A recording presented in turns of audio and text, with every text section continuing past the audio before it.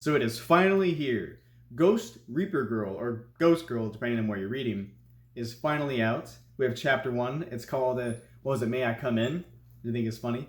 But anyway, it's finally out. And if you don't know what it is, Ghost Reaper Girl is the new series created by Akisa Ikeda, the creator of Rosario Plus Vampire. And it's been about 6 years, I think 6 years since Rosario Plus Vampire ended. So it's very exciting to see this new series.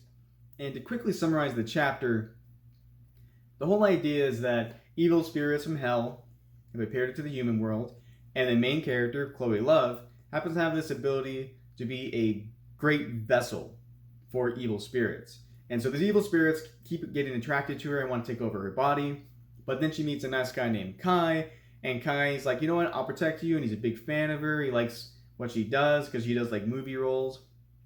And at the end of the story, after protecting her and working together, they form a contract where he's going to let her, I guess, use his powers to be able to protect herself. That's what is a quick summary of what's going on. What the story is trying, what I really should say, to say what's going on. Because there's a lot more that's going on than what meets the eye. And I think that's basically what the kind of the central theme, or maybe not really central theme, what kind of is a little aspect of what's going on with Chloe, with Kai, and with the story in general. So let's start from the beginning. The story begins with the jailbreak of evil spirits out of Hades, out of hell. And they go into the human world. Now within the human world, we have Chloe Love. Now when she started as a kid, she had a really tough life. She actually was just like Inner Mocha, which is interesting, but she had a really tough life, having to fight her way to survive. And she sees this poster one day, or this screen, and she sees a star, and she's like, I want to be just like that. I want to be a star. So that's what she does for the rest of her life.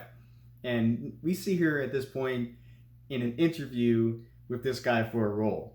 Now, during this interview, Chloe says that she's 28, but on her application, she put that she's 20. And she's like, well, that shouldn't really matter, right? I mean, I do look younger than 20, though. And he's like, oh, okay, I guess it's fine, though.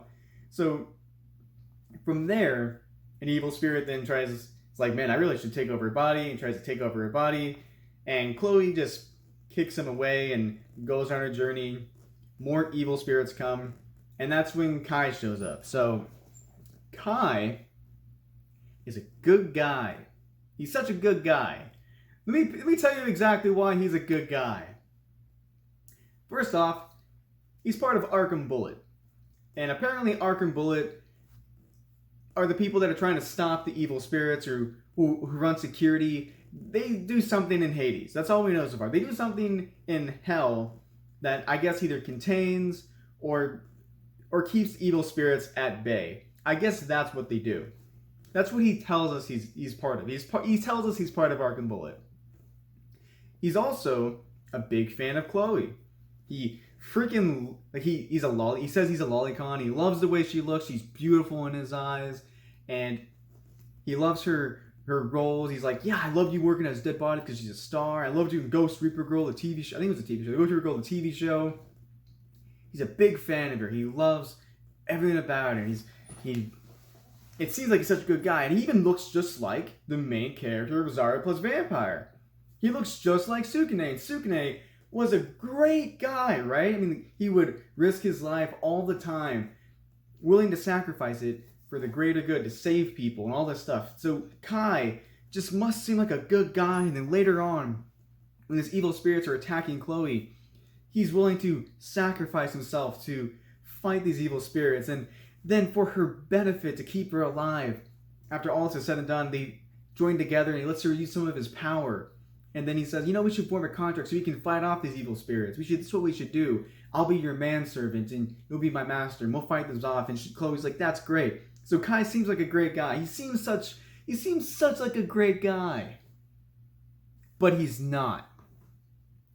Don't trust Kai. Kai's a liar. When I was reading my first time through this chapter, I really thought, and when I looked at some of the comments, I really thought, oh, okay, this is kind of like a standard story. I was kind of expecting something more fantastical, but I guess it's like a standard story. So let me read it again. So I read it again, and I thought this is just a standard story. Then I spent some time away, and I thought about things, and then I realized a question came in my head actually, and I thought, what led to Kai meeting Chloe in the first place? Like, I really started thinking about it, like, what exactly led to them meeting? And then as I started reading the chapter again for the third time, I started noticing some weird things that made me think, oh, Kai's a bad guy. So let's start from the beginning. At the very beginning of the chapter, actually. When we have the jailbreak of evil spirits out of this, like, mountain range, out of hell, who's watching this? Kai's watching this. If you look at the light, you can see that it's going near him. He's literally watching the jailbreak happening. Why? Why is he watching it? Why isn't he trying to stop it? What's he doing the entire time? He seems very aloof about it, like he doesn't really care. Like it's not really his job. He says he's part of Arkham Bullet. We don't know what that means. Apparently they're the good guys in hell. But when he does this, he does like a little smirk. He does like, you see a panel which seems him smiling about it. Which means that he's either lying or he's not telling the truth. Like the other evil spirit's like, oh, he's part of Arkham Bullet. We gotta take him seriously. He's probably not, though. It's probably a lie. And then, what was it? The next topic. He knows everything about Chloe. He knows everything about her movie roles. He loves her sexually. He's like, yeah, I'm a lolicon. I love the way you look. He seems like he's such a big fan of her. He knows everything about her ability to be a great vessel for evil spirits. He knows so much things about her. He wants to be a servant. He constantly kneels in front of her. And if you look at, the cover photo here, you have him kneeling. Like, there's a chain around his neck and around his body. You see, he's just a servant. He's just a good guy. He's submissive. But he's not. That's what he wants to appear to be. Because if you look at, on numerous occasions, he says it jokingly, but he really means it when he says, you should let me, go into your body. And she kicks him away. But it's not a joke. What do all the evil spirits want to do with Chloe? They want to take over her body. And on numerous occasions, Kai asks to take over her body.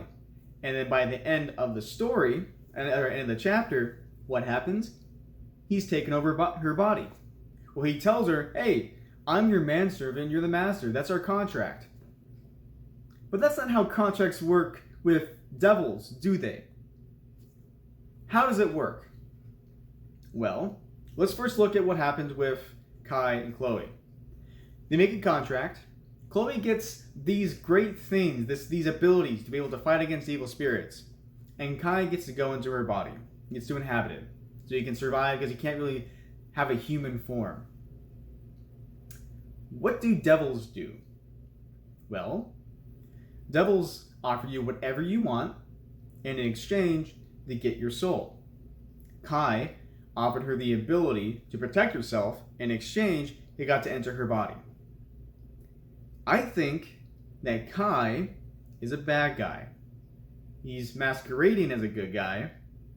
And I don't know, man, I really feel weird about saying this. I don't know if we were supposed to know this already. Maybe we were supposed to be led on for a bit.